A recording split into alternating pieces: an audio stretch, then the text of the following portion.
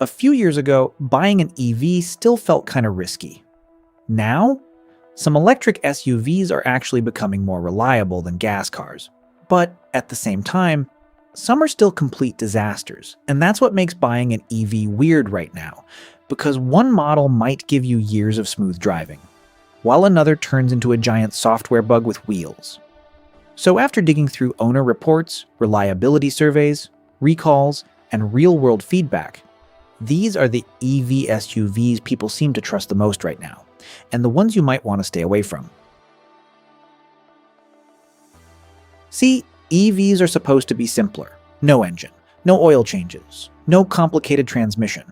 In theory, that should make them way more reliable, and mechanically, they usually are. But EVs replaced old mechanical problems with completely new ones. Now it's software, charging systems, sensors, electronics.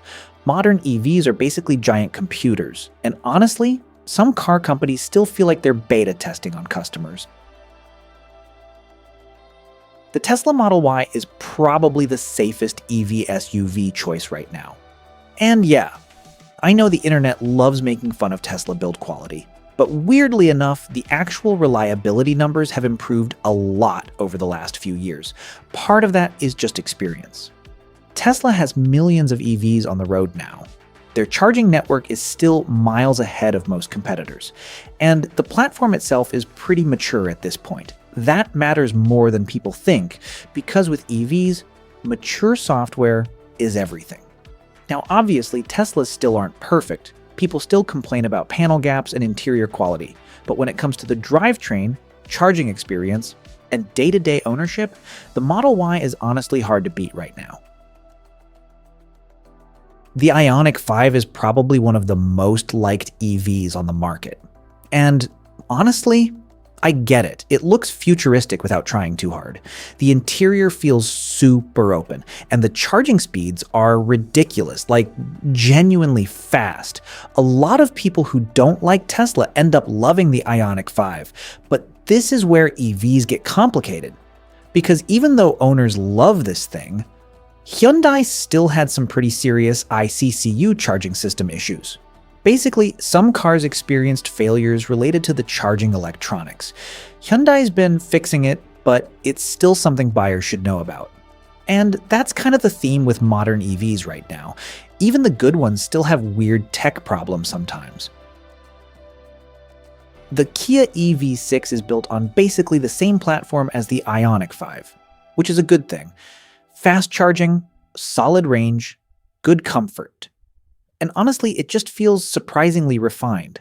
Especially in Europe, people seem to really trust this thing, and Kia's warranty definitely helps too. Again, it's not completely issue-free, but overall, the EV6 has built a pretty strong reputation for being one of the safer mainstream EV choices. One company that surprised a lot of people in the EV space is BMW, because while some legacy automakers were struggling to figure EVs out, BMW quietly made some genuinely solid electric cars.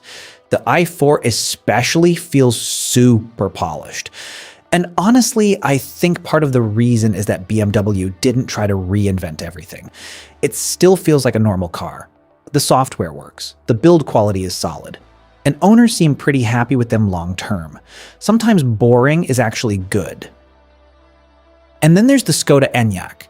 This thing doesn't get nearly as much attention as Tesla or Hyundai, but honestly, that might be why owners like it. It's practical, simple, comfortable. It's not trying to look like a spaceship. And for a lot of people, that's exactly what they want from an EV. Just something normal that works. Now on the other side, there are some EVs that still feel way too experimental. The Cybertruck is probably the biggest example right now. Look, the thing is cool, it's different, people love staring at it, but it's also brand new, and first-generation vehicles almost always have problems. The Cybertruck already had multiple recalls, quality complaints, and production issues. That doesn't mean it'll stay unreliable forever, but buying brand new tech always comes with risk. And honestly, that's probably the biggest lesson from all of this. The best EVs right now usually aren't the craziest or the most futuristic. They're the most mature, the ones that had time to fix bugs, improve software, and survive real-world ownership. 5 years ago, EVs still felt experimental. Now some of them are becoming more dependable than traditional gas cars, which is honestly kind of crazy when you think about it.